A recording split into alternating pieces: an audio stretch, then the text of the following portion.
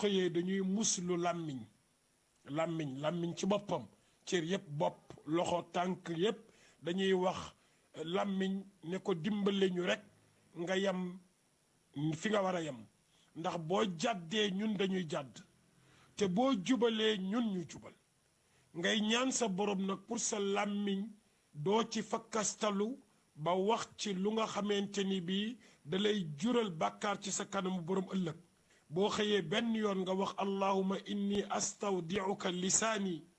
fala tajcalhu yaxtaabu muslima wala yantiqu kadiban wala qawlan andamu alayhi yowma alqaaka maa ngi koy baamtu allahumma inni astawdiuka lisaani fala tajcalhu yaxtaabu muslima wala yantiqu kadiba wala qawlan andamu alayhi yowma alqaaka li ku ko wax te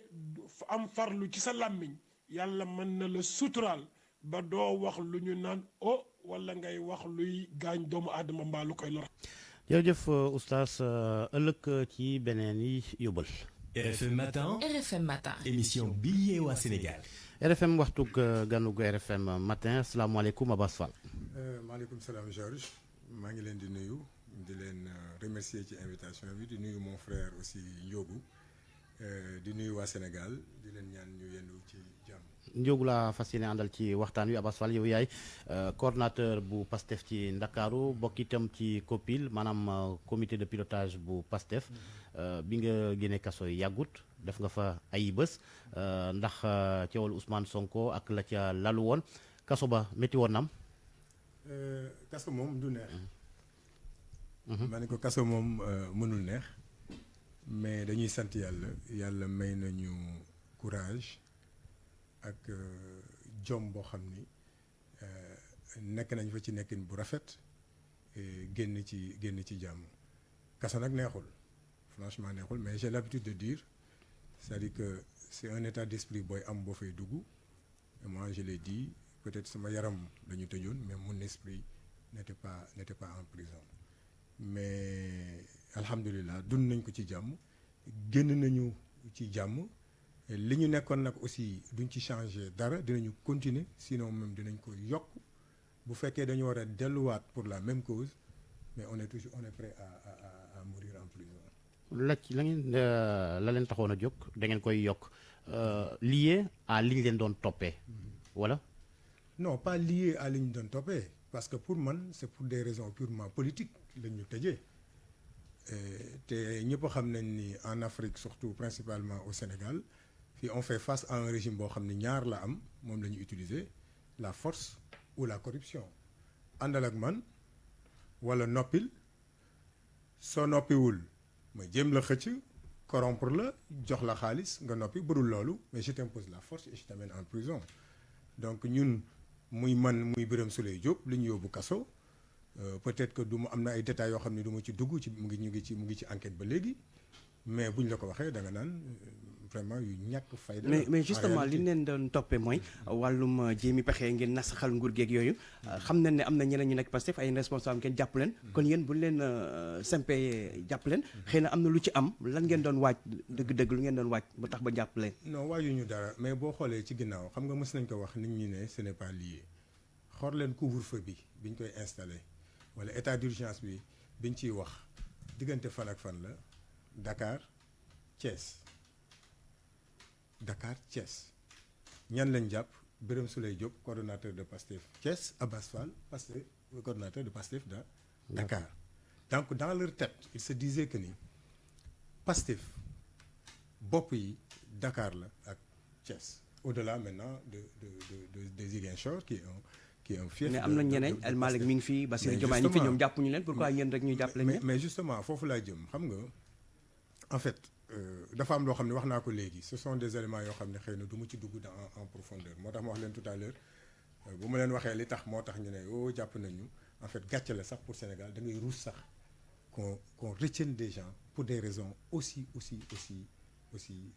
légères. amuñu dara loo xam ne mën nañ ko teg sur la table ne lii la ñuy jiiñ Birame Souleye Diop wala lii la ñuy jiiñ donc Abass Fall mais c'est la raison pour laquelle man je l'ai dit quelque part mais bi ñu ma interpellé on m'a retenu 4 jours à la DIC sans pour autant me notifier les motifs de mon interpellation 4 jours 4 jours waxuñu ma ne ma lii ak lii nga def non tu es retenu pour des raisons pour des raisons d'une enquête loolu laa ci am ba may dem ci juge bi j'ai même pas de PV mais nit ki boo ko arrêté mais ne ko lii ak lii moo tax ñu arrêté la nga laaj ko li nga ko war a laaj mais mu tontu la bu fekkee lu mu leen tontu doy na leen ngeen bàyyi ko mu ñibbi bu leen doyul mais ngeen defeere ko yóbbu ko au parquet ñoom li ñu war a def ñu def ko mais jusqu'au moment où je vous parle il a fallu que je sois dans le bureau du juge pour voir exactement ce qu'on me reproche. Menace de trouble à l'ordre public ak participation mouvement insurrectionnel ak contenu contraire aux bonnes mœurs. non du loolu ce n'est pas menace à l'ordre public bon dañ ne je pense li nga wax noonu xaw ma lan. diffusion de contenu contraire aux bonnes mœurs.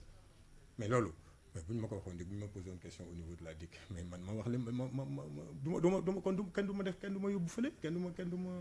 déféré xanaa bala ngaa diffuser dara nga xam li nga diffuser ñu war la ne la lii ak lii nga diffuser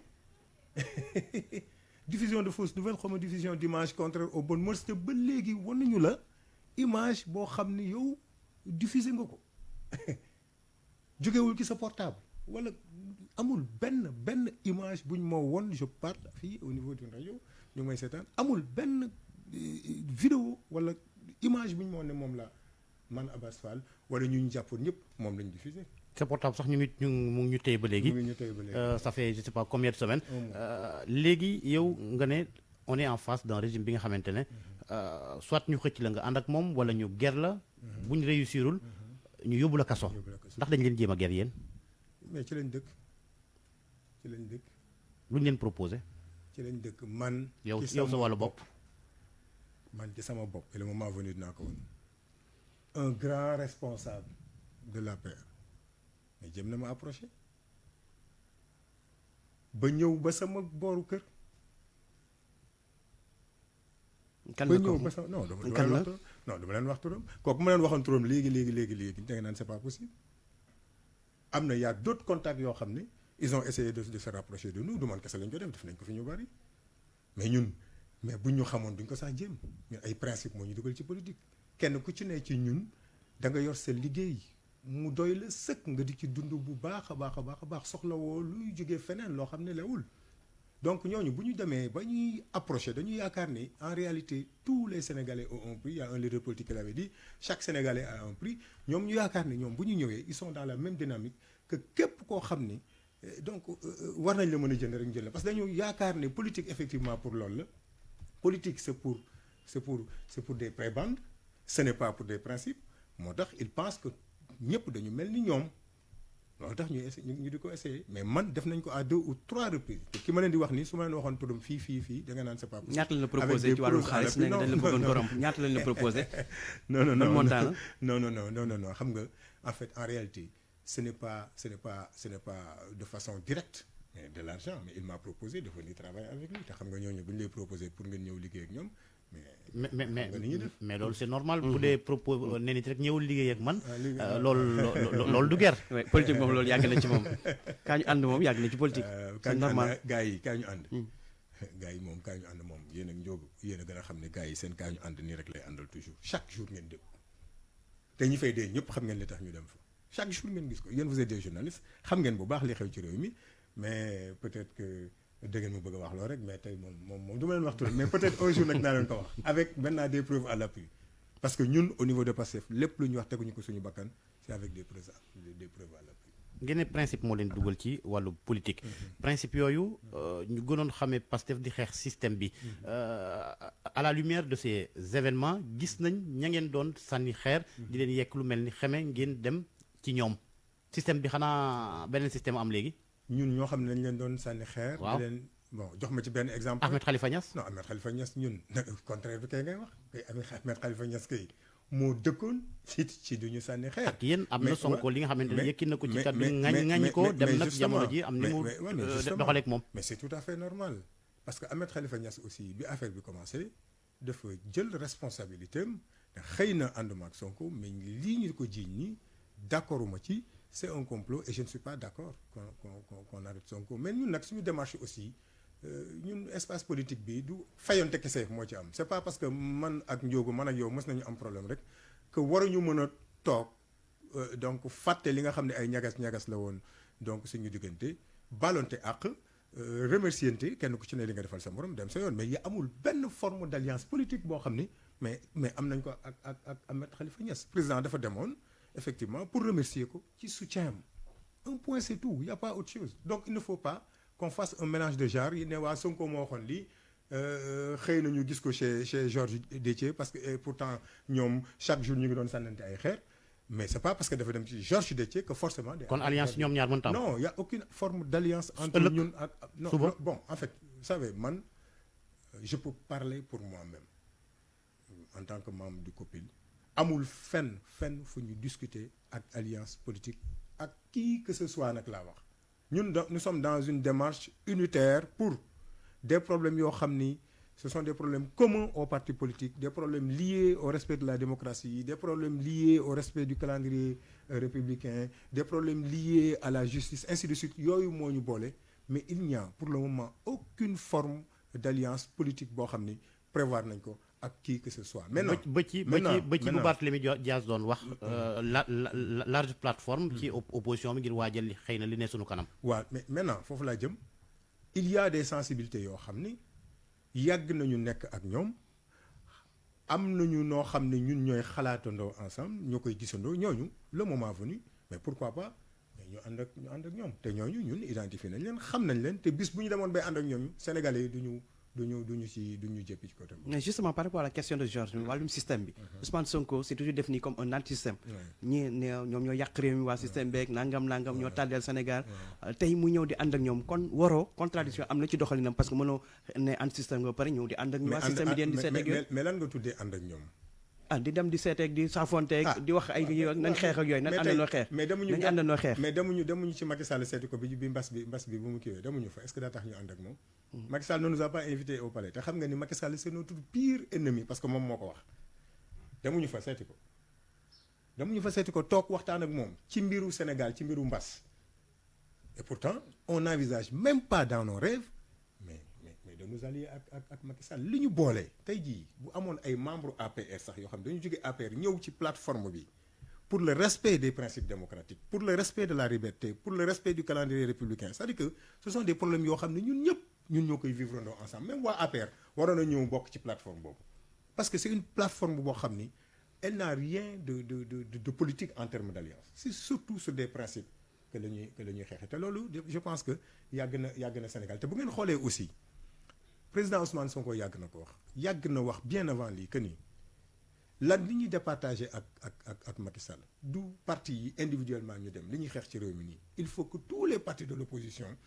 excusez-moi s'unissent pour imposer un rapport de force au président Macky Sall te loolu la ñuy def loolu moom moo tax li ñu am ni ñu am ko mais il n'y a aucune forme d'alliance il n'y a pas de reniement de nos principes au contraire on est resté figé sur nos principes te nag ñun aussi mënuñu fee toog rek ñun waa Pastef xalaat ni ñoo gën ñëpp loolu moom mosuñu wax. apparemment loolu doon incarné wane ne man maa baax man maa set ñeneen ñëpp loolu mos a incarné xëy na tey jii waaye loolu mos a incarné man maa baax man maay vrai opposant bi man maa def lu yiw man maa baax mais tey jii apparemment l'histoire sax wane ne du noonu. Ndiogou d'accord ma ak yéen bu ngeen ma génnelee benn extrait fu Ousmane Sonko waxee ne maa baax maa gën ci homme politique bu ngeen ma ko génnelee benn yoon tey su ma ko gisee ma démissionné de Pastef musul am on a un discours ce discours là man moo ma yóbbu Pastef moo fa yóbbu samay morom moo fa yóbbu des milliers de jeunes discours boobu moom la ñu jaay sénégalais yi ñu jël ko mais on a jamais dit qu'on oui mais dama lay wax benn affaire xam nga waxin bi mën naa doon leneen sax mais pas mot à mot yow ni nga ko jàppee waaye boo jàppee ne régime yi nekk de Senghor Abdou Diouf Abdoulaye Wade ak bi ngeen di xeex nii benn ci baaxut te ña nekkoon ca te ña nekkoon ca régime yooyu yéen a ngi ànd nasandoo waaw mais yéen loolu seen interprétation la ñun li ñu wax dañoo def un diagnostic de toutes les formes de gouvernance yi am Sénégal de Senghor à Macky Sall on a vu que ni il y a énormément d'insuffisance te loolu ñu ngi koy dund guddi ak bëccëg loolu moom dara mënul fexe ba ñu dellu si ginnaaw loolu dañ koy continuer di ko marteler et c'est la vérité, c'est la raison pour laquelle les Sénégalais en grande majorité surtout les jeunes sont avec nous. loolu moom c'est indéniable kenn mënu ko weddi et le président Sonko l'a dit. Je n'ai jamais été avec ce qui a été fait. Même Maître Abdoulaye Wade, d'accord ou bu ngeen déglu leen ko baax d'accord ma woon ci yenn façon de gérer ce pays. Mais il est dans l'opposition. Comme je l'ai dit, je vais continuer à me répéter. Amul benn forme d'alliance politique bu am suñu diggante ak mais nag je reviens à ce que vous voulez dire parce que dañu bëgg a dépeindre comme des hommes parfaits. On ne l'a jamais dit, nous ne sommes pas parfaits. Et je l'ai dit. Il y a des gens yoo xam ne discours bi changé na quand même déglu ma rek daaw leen waxee nii de si déglul le président Ousmane Sonko bu mu demee Ziguinchor en 2018 dee leen ko déglu parce que bu leen xool rek yéen li leen arrangé ngeen bëgg a appesantir ci loolu. Moi j'ai l'habitude de le dire fu ne dama ko fay wax am na ñoo xam ni ils sont au niveau de APR peut-être gën nañu foofu ñoo xam ne ñu ngi nekk Pastef. C'est-à-dire que faut pas qu'on pense que ñun nous sommes parfaits. Nous sommes extraordinaires, ñoo gën ñëpp ñoo non on n'a jamais dit ça lii les actes que le président Ousmane Sonko pose mais en tant que homme politique boo xam ne da ngay yaatal mais c'est tout à fait normal nga dem seeti ñi nga xam ni war ngeen a mën a bokk benn xeex boo xam ni bokkul sax ak orientation politique yi loolu mënuñu leen ko mënu leen ko bañal nag yóbbu mais discours bi changé wu il reste le même Ousmane Sonko la mu daan wax tey la ko gën a wax ñun ñi ànd ak moom lañ daan wax tey lañ ko gën a mën a wax du ñu ànd ak ku ñu warul àndal mais képp koo xam ne nag war nañu ànd ak moom dinañ ko xool saytu ko ñu bokk ay principe en terme de ni ñu gisee Sénégal et boobaa bu ñu waree ànd ñu ànd mais du ñu ànd ak nag mukk ñoo xam ni seen loxo mës naa tilim ci yoronu réew mi loolu moom xel xalaatu ko moom duñ ko mës a def. léegi par rapport ak coow li ko waral mbirum viol bi ko Adji Sarr ne Ousmane Sonko dafa yegg ci moom ci benn salon de massage Ousmane Sonko gis na complot la Adji Sarr gis na après kat yi mujj yëkkati yéen ñi nga xam te ne ne jege ñaale Ousmane Sonko c'est vrai que ñu bëri danaan complot mais est-ce que moom lu mu fa doon wuti ba yooyu yëpp am xëy na bu fa demoon ca salon ba coow li yëpp du ko topp. kon amul droit dem ci salon de massage. mais am na pourquoi mu fay dem. mais pourquoi du fa yeneen salon professionnel mi ngi fi foofu noonu. pourquoi mu dem foofu. kon da nga bëgg wax ne foofu c'est pas un salon professionnel. est-ce que c'est clair mais salon clandestin la dëgg lañ ko bëgg du foofu. clandestin salon boo xam ne am na ay papiers am na léppam am na autorisation am na léppam nga ni salon clandestin la. sauf que ci agrément bi ci kayit bi massage bokku ja. waaw loolu leen di toll Adji Sarr ba léegi gën déggu leen ci. non mais xam nga ñun wax fa dëgg yàlla non duñ ko tontu wax fa dëgg yàlla duñ ko tontu xam nga lu ñu bëgg. nee na ñu waat de Ousmane Sonko fekkee li muy wax du noonu na ñëw ñu waat. non mais non xam nga. dañ dem ñu waat waaw mais xam nga ndeysaan dama ko yërëm sax. et dama bëgg. en quelques secondes. waaw dama ko yërëm parce que dama bëgg attirer attention des droits de l'hommiste parce que droit de l'homme du rek seeti ay nit ci prisonnier du ay nuy jàpp xale bi elle est en danger ses droits ne sont pas. maanaam nañ ko wàllu. nañ ko wàllu dimbali ko loxo yi mu nekk. mu jóge fa parce que il est en train d'être torturé. jërëjëf Abass Fall membre COPIL comité de pilotage PASTEF coordonnateur PASTEF bu Ndakaaru jërëjëf Alaaji Njoogu Jéen di nuyu Fati Dieng ca TFM ak ñamu àndal.